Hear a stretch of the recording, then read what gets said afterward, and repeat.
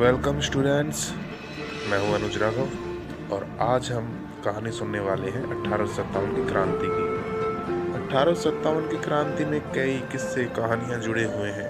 उनमें से कुछ इंटरेस्टिंग आपके सामने लाऊंगा। कहानी शुरू होती है आखिरी आखिरी मुगल बादशाह बहादुर शाह जफर सेकंड। बहादुर शाह जफर फर्स्ट और आलम शाह और आलमगीर ऐसे कई बादशाह मुगल डायनेस्टी में रह चुके हैं, आपने पढ़ा होगा। लेकिन इनका सबसे प्रसिद्ध राजा था अकबर और मुगल डायनेस्टी की शुरुआत की थी बाबर ने। सबसे पहले बाबर, उसके बाद हुमायूं के बाद अकबर, अकबर के बाद सलीम जहांगीर और सलीम जहांगीर के बाद शाहजहां, जिसने ताजमहल, लाल किले और काफ़ी इमारतें बनवाई। और आखिरी मुगल शासक था बहादुर शाह जफर। अब हुआ यूं कि मुगल शासक तो पहले ही बर्बाद हो चुके थे।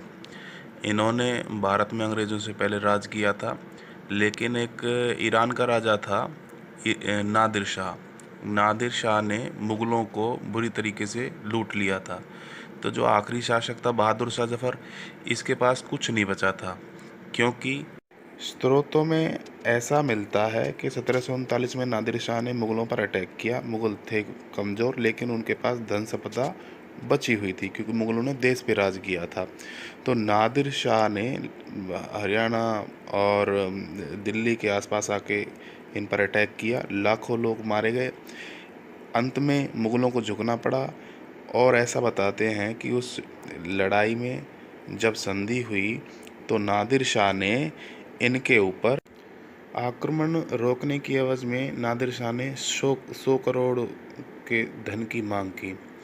तो उस दौरान ऐसा माना जाता है कि लगभग 4000 हाथी, 7000 ऊँट और 18000 घोड़ों पर नादिर शाह भारत से धन लाद कर लेके गया था, जिसमें गहने, सोना, चांदी और यहाँ तक कि कोहिनूर हीरा भी था। यहाँ मुग़ल उस समय बिल्कुल बर्बाद हो चुके थे। तो मुग़लों के बाद अब इंडिया में आ चुका था अंग्रेज़ों का टाइम। अब अंग्रेज़ राज कर रहे थे।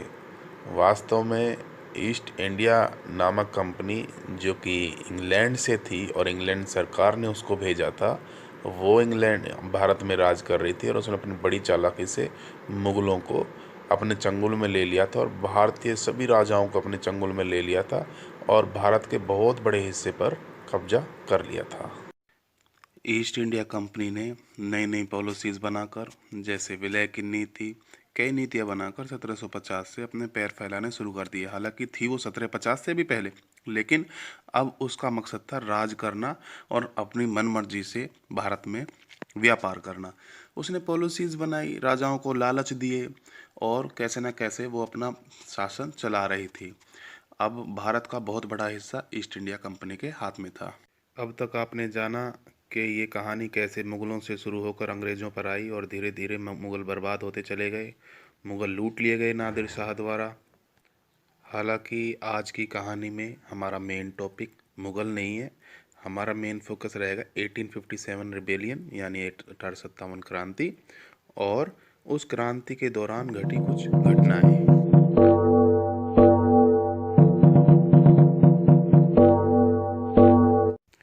ये समय था 1857 का। अब तक अंग्रेज़ों को शासन करते हुए लगभग 100 साल हो चुके थे। बगावत की शुरुआत हुई मेरठ से, और मेरठ में लगभग 29 मार्च को 1857 को मंगल पांडे ने अपने अंग्रेजी अफसरों पर गोली चला दी। इस जुर्म में मंगल पांडे को गिरफ्तार किया गया और फांसी पर लटका दिया। ठीक है, तो अब आते हैं मेरठ। मेरठ में अंग्रेज़ों द्वारा सैनिकों को नई राइफ़ल दी गई। राइफ़ल का नाम था इनफील्ड। तो उन राइफ़लों में जो कारतूस लगते थे ना, वो मुंह से छील के लगाने पड़ते थे। अब उन सैनिकों में अफवाह फैल गई कि भाई इन कारतूसों में सूअर और गाय की चर्बी का प्रयोग हुआ है, और अंग्रेज़ों ने ये हमें स्पेशली इसलिए दिए ताकि वो हमारा धर्म भ्रष्ट कर सकें। फलस्वरूप 85 भारतीय सैनिकों ने इन बंदूकों का प्रयोग करने से इनकार कर दिया। इस बात पर क्रोध में आके अंग्रेजों ने उनका कोर्ट मार्शल कर दिया और उनको 5-5 साल की सज़ा सुना दी और उनको जेल में बंद कर दिया गया। अब यहाँ से शुरुआत होती है बगावत की। जो बाकी भारतीय सैनिक थे उन्होंने मेरठ से बगावत शुरू कर दी। अपने साथियों सैनिकों को छुड़ाने के लिए उन्होंने जेल पर अटैक कर दिया। जेल को तोड़ दिया गया, अपने साथी सैनिकों को छुड़ा लिया गया। और अब सभी सैनिक रवाना हुए दिल्ली के और रात रात में दिल्ली पहुंचकर वो सीधा दिल्ली को कब्जे में लेकर वो मुग़ल बादशाह बहादुर शाह जफ़र से मिलने के लिए पहुंचे। वो जानते थे कि मुग़ल बादशाह ही हैं जो उनका साथ दे सकते हैं, इसके अलावा कोई ऐसा बड़ा किंग था नहीं। हालांकि मुग़ल बादशाह उस समय कोई ज़्यादा ताकत उसके पास थी नहीं, लेकिन फिर भी मुग़ल बादशाह ने सैनिकों की विनती से, उनकी जिद से उनका साथ देने का फैसला किया। हालांकि मुग़ल बादशाह जानता था कि इसका अंजाम क्या होगा, लेकिन फिर भी मुग़ल बादशाह ने विद्रोह में सैनिकों का साथ दिया। इस घटना को सुनकर देश के बाकी राजा जो अंग्रेज़ों से असंतुष्ट थे, उनको भी एक मौका मिला कि वो अपना शासन दोबारा प्राप्त कर सकते हैं। तो उनमें से एक नाना साहेब, रानी लक्ष्मीबाई और मध्य प्रदेश के लखनऊ के नवाब, इसके अलावा मध्य प्रदेश में राजगढ़ में रानी अवंती, इन सभी ने अंग्रेज़ों के खिलाफ युद्ध करने का फैसला कर लिया, ऐलान कर दिया। इन्होंने अपनी सेनाएं इकट्ठे की और अलग अलग मोर्चों पर अंग्रेज़ों को करारी शिकस्त दी।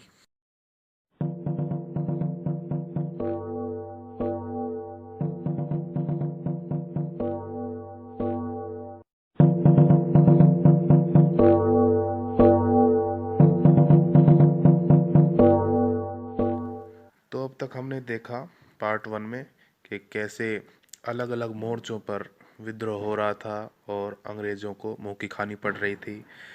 भारतीयों में अब बात करें, नाना साहिब, लक्ष्मीबाई वगैरह सभी लोग अपने अपने इलाके में लड़ाइयाँ लड़ रहे थे अलग अलग मोर्चों पर। लेकिन ये लड़ाई लगभग 1 साल चली और ऐसा माना जाता है कि लखनऊ में तो ये विद्रोह इतना ज़्यादा विशाल था कि अंग्रेज़ों के काबू में नहीं आया। उन्होंने बाहर से सेना बुलाई, गोरखा सेना की सहायता से अंग्रेज़ों ने लखनऊ में ये इस विद्रोह पर काबू पाया। इसके अलावा कानपुर, झांसी, बरेली, दिल्ली, अवध व अन्य जगहों पर भी अंग्रेज़ों ने बाहर से सेना बुलाकर इस विद्रोह को काबू कर लिया। अब समय आ गया था कि भारतीय क्रांतिकारी हार रहे थे, उनकी शिकस्त हो रही थी। रानी लक्ष्मीबाई, रानी अवंती, नाना साहेब, इनकी शिकस्त हो चुकी थी। नाना साहेब को देश छोड़ के जाना पड़ा था। सोर्सेज से ऐसा मिलता है कि वो देश छोड़ के उस वक्त नेपाल चले गए थे और उनका अंतिम समय नेपाल में ही गुजरा था और उनकी डेथ भी वहीं हुई थी। चलो अब बात करते हैं अंतिम मुगल शासक की कि बहादुर शाह जफ़र के साथ क्या हुआ। बहादुर शाह जफ़र के खिलाफ मुकदमा दायर कर दिया गया।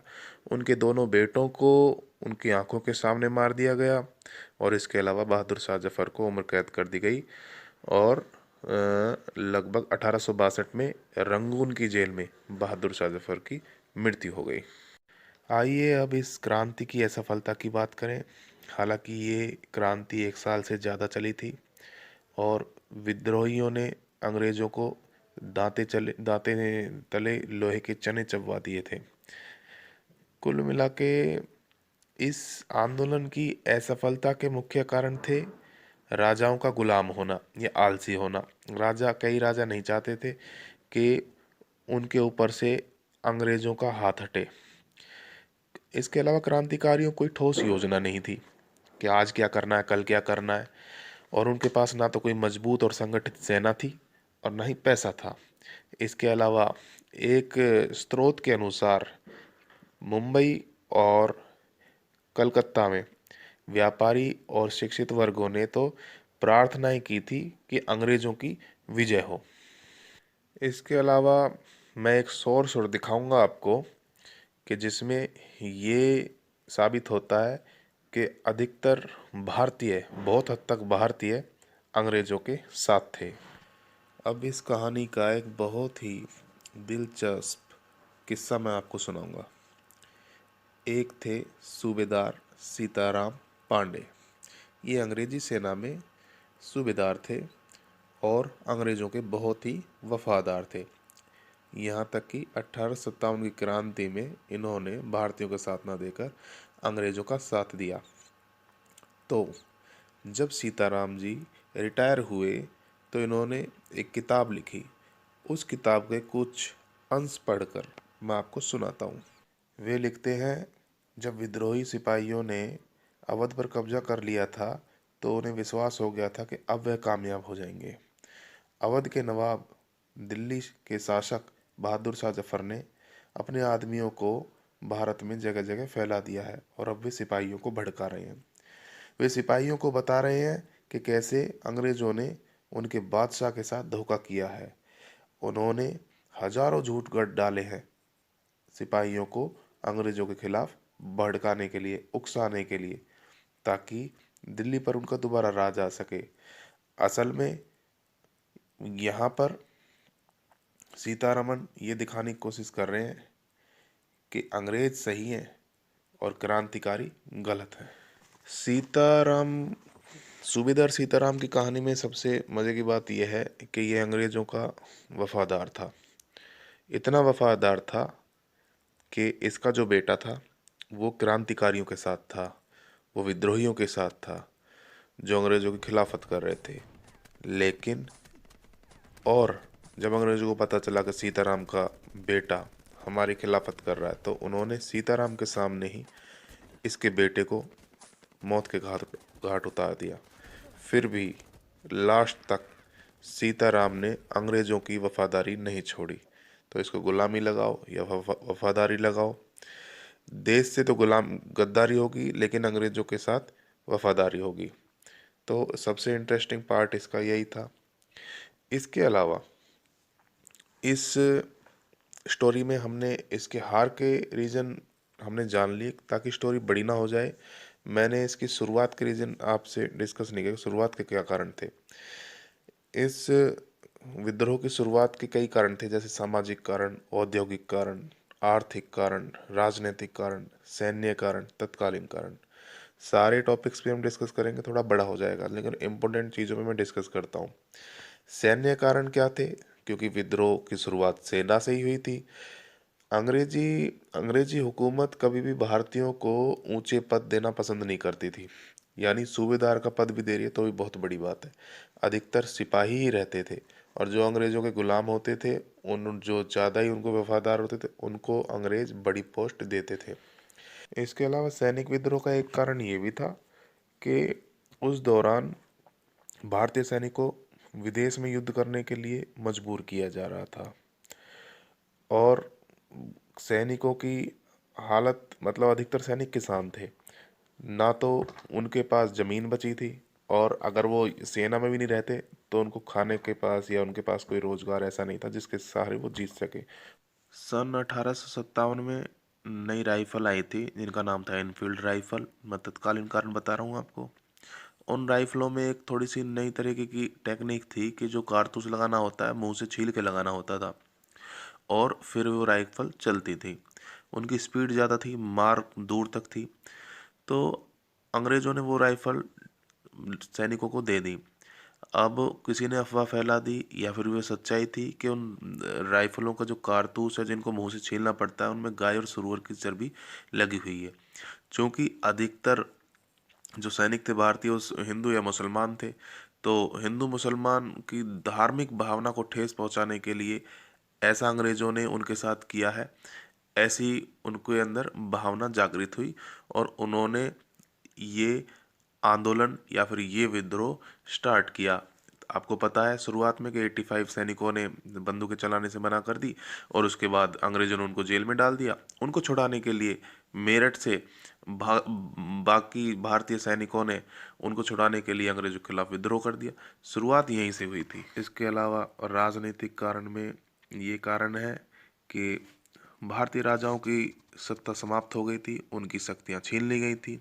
तो राजा भी चाहते थे कि कुछ ना कुछ बहाना बने और हमारे पास सत्ता दोबारा आ जाए, और बिना विरोध करे, बिना लड़े, बिना विद्रोह किए ये सत्ता नहीं आ सकती थी। तो राजा इसलिए साथ थे।